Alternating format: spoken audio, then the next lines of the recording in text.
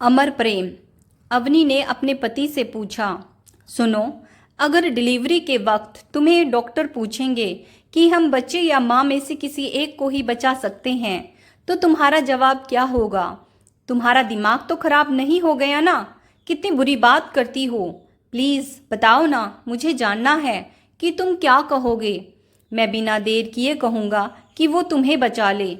हो सकता है ये सही ना हो, मगर जब बात तुम्हारी हो तब मुझे सही गलत नहीं दिखता।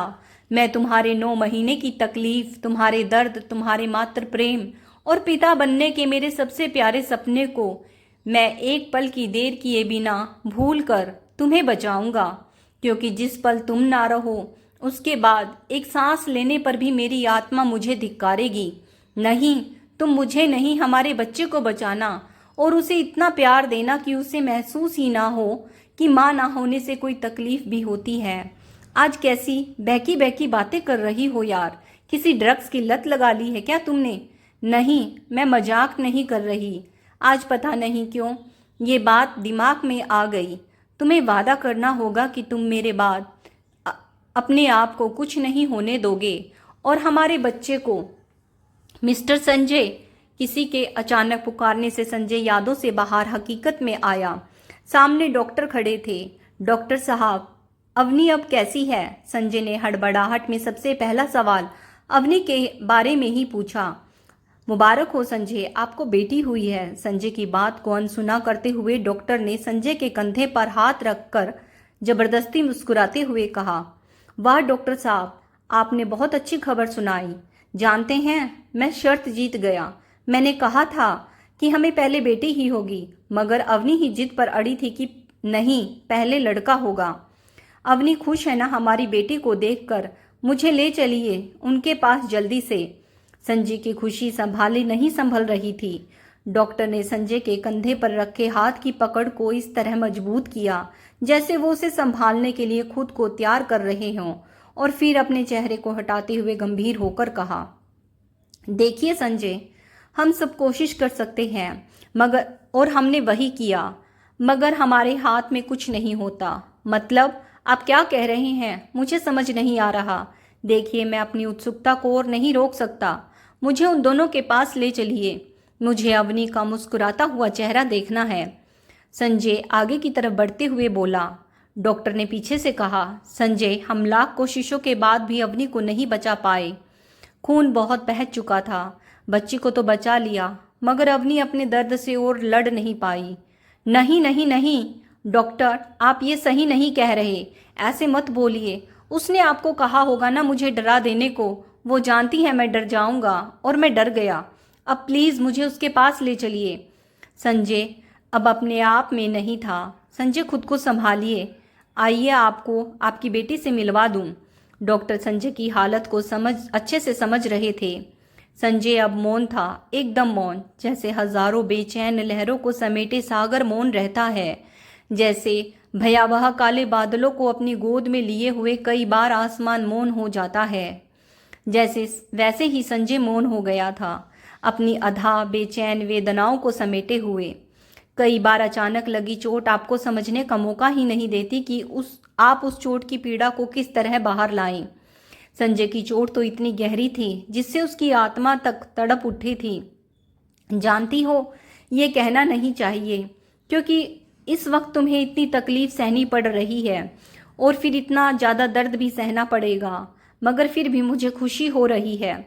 हमारे एक हो जाने के बाद अगर कोई और सपना मैंने देखा है तो वो है हमारे बच्चे का।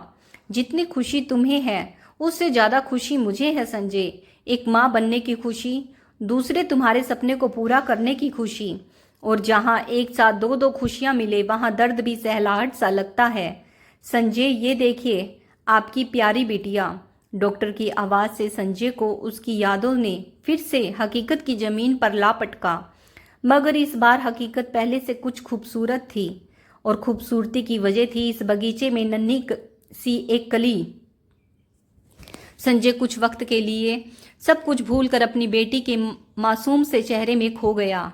उसे ऐसा लग रहा था जैसे उसके चेहरे की ओट में अवनी ही मुस्कुरा रही हो। संजय ने डरते डरते उस नन्ही सी जान को गोद में उठाया। एक पुरुष अपनी जवानी से लेकर बुढ़ापे की हद में कदम रखने तक एक ही चीज पर हमेशा गर्व करता है और वह है उसका बल। और मगर जब वो अपने नवजात शिशु को गोद में उठा रहा होता है और यही बल उसका सबसे बड़ा डर बन जाता है, उसे लगता है कहीं उसके सख्त हाथों से उसके बच्चे की नरम त्वचा छिल न जाए, कहीं उसके जोर से पकड़ने पर उस मासूम की कोई हड्डी टूट न जाए, कहीं वो उसके हाथों से फिसल कर गिर न पड़े। संजय को भी इस वक्त ऐसा ही डर महसूस हो रहा था। बड़ी सावधानी से बच्ची को उठाने के बाद वह कितनी देर तक उसे निहारता रहा। उसने मन ही मन अवनी के वादे को याद करते हुए कहा कि वह जब तक उसके कदमों में वो सारी खुशियां नहीं रख देता जिसके बारे में ये सोचेगी, तब तक वह खुद को हर मुसीबत से बचा कर रखेगा। ये मेरी ही बेटी ही नहीं, अवनी की अंतिम इच्छा भी है। वक्त अपनी रफ्तार से चलता रहा। संजय एक पिता और माँ दोनों का फर्ज अपनी औकात से बढ़कर निभाता रहा। इस बीच कई हितैषियों ने यह समझाने की कोशिश की कि अभी आधी से ज़्यादा उम्र बाकी है, इसीलिए उसे दूसरा विवाह कर लेना चाहिए। तो इस पर हमेशा संजय यह जवाब देता कि अगर मैंने अवनी की देह से शादी की होती तो शायद दूसरी देह की लालसा में दूसरी शादी भी कर लेता, मगर उसने तो एक दूसरे की आत्मा से शादी की थी और हमारी शादी तब तक मान्य रहेगी जब तक आत्मा अपने अस्तित्व में रहेगी। आज 25 साल बीत गए थे अवनी को गए हुए, मगर संजय अब भी उससे बातें किया करता था। उसे हर रात सोने से पहले बताया करता था कि आज उसने और शिवानी ने क्या क्या किया। उसने हर एक बात अवनी की कल्पना को बताई जो इन 25 सालों के बीच शिवानी और उसके बीच हुई।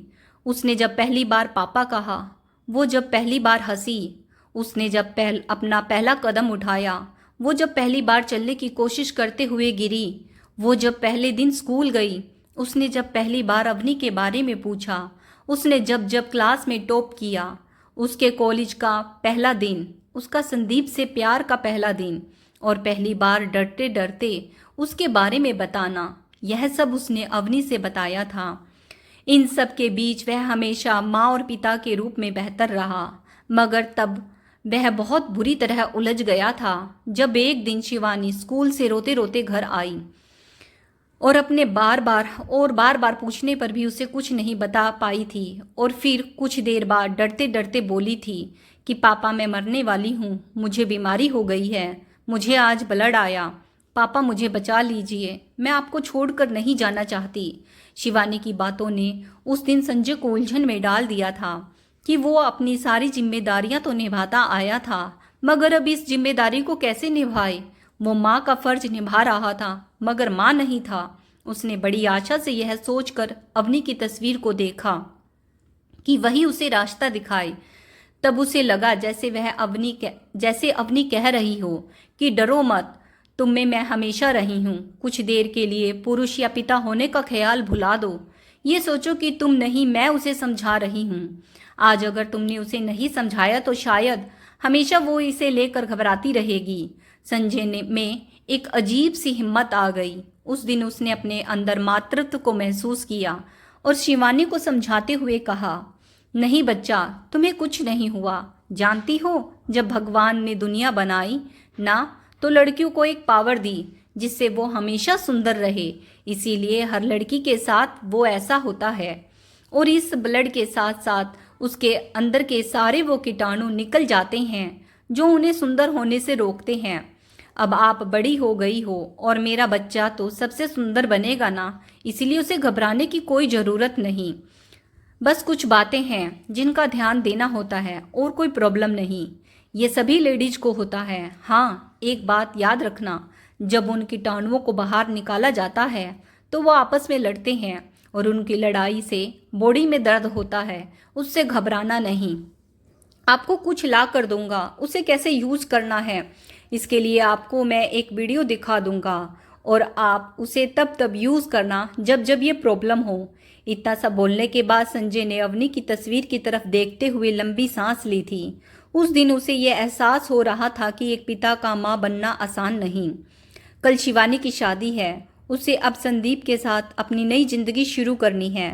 संजय शादी की तैयारियों में व्यस्त होने के बावजूद भी शिवानी की मायूसी को महसूस कर रहा था, मगर उसे पता है कि यह मायूसी बस कुछ वक्त के लिए ही है, क्योंकि फिर संदीप इतनी खुशियाँ देगा कि वह कभी मायूस नहीं होगी।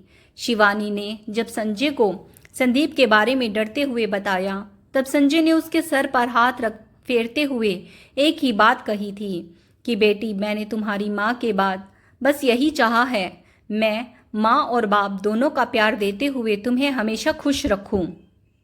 मुझे खुशी है कि तुमने अपना जीवन साथी चुन लिया है, मगर मैं भी तो बाप हूँ और मेरी यही इच्छा है कि जिसके हाथ में तुम्हारा हाथ दूँ वो तुम्हें मुझसे ज़्यादा प्यार दे।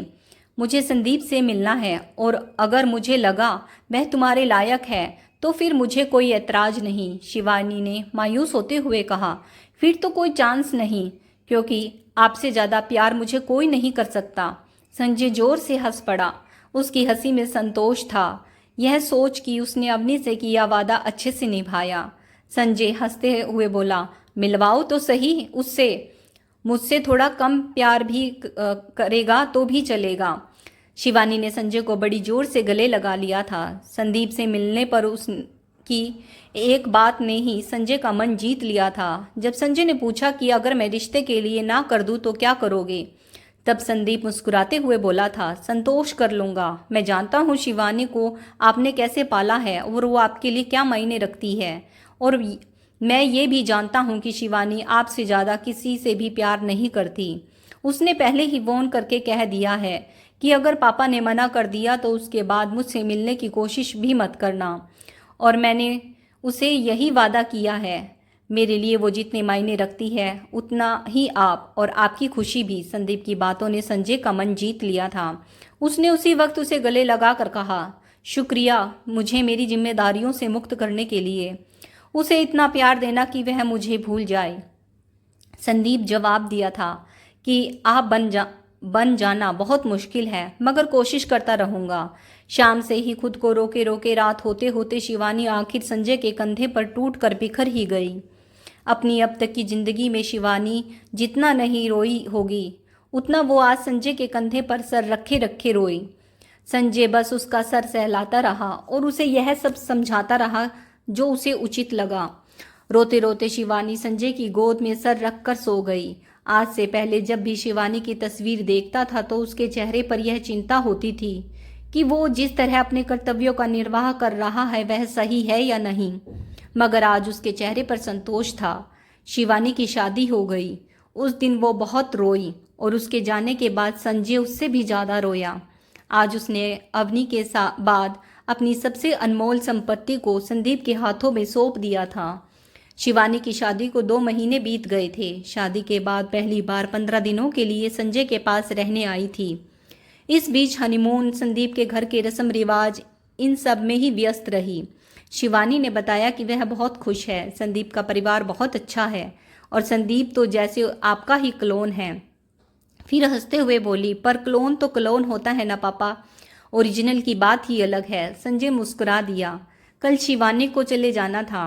संजय से बहुत सी बातें करने के बाद शिवानी सोने चली गई। इधर संजय बहुत खुश था। वो अवनी की तस्वीर को मुस्कुराते हुए देख रहा था। उसने मन ही मन अवनी से कहा, देखो आज मैं अपने वादे से आज़ाद हो गया। मैंने हमारी बेटी के चेहरे की खुशी में महसूस किया है कि मैंने अपना फ़र्ज अच्छे से निभाया है। हम तुम्हारे बिना एक पल काटना संभव नहीं था, मगर तुम्हारे वादे की वजह से बहुत लंबा सफ़र काटना पड़ा है। सोचते सोचते संजय की आंखों का वह बांध टूट गया जो उसने 25 सालों से बांध कर रखा था।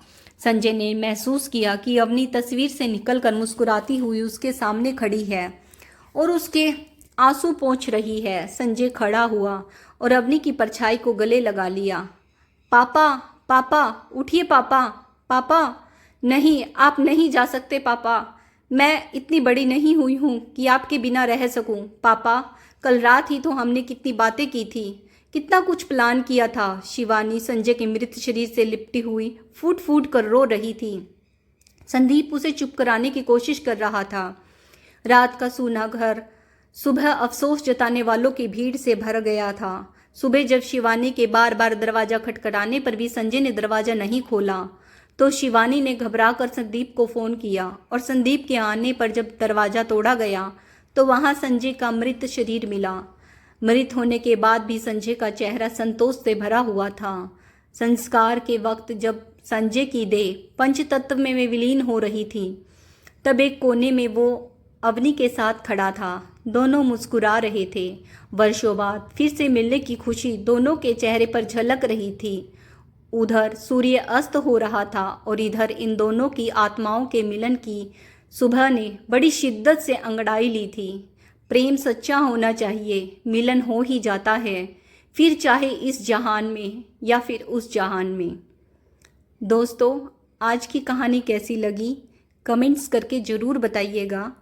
अगर आपको कहानी पसंद आई है, please like, share and subscribe my channel stories bye Sunita Saini. Video को यहाँ तक देखने के लिए आप सब लोगों का बहुत बहुत बहुत धन्यवाद।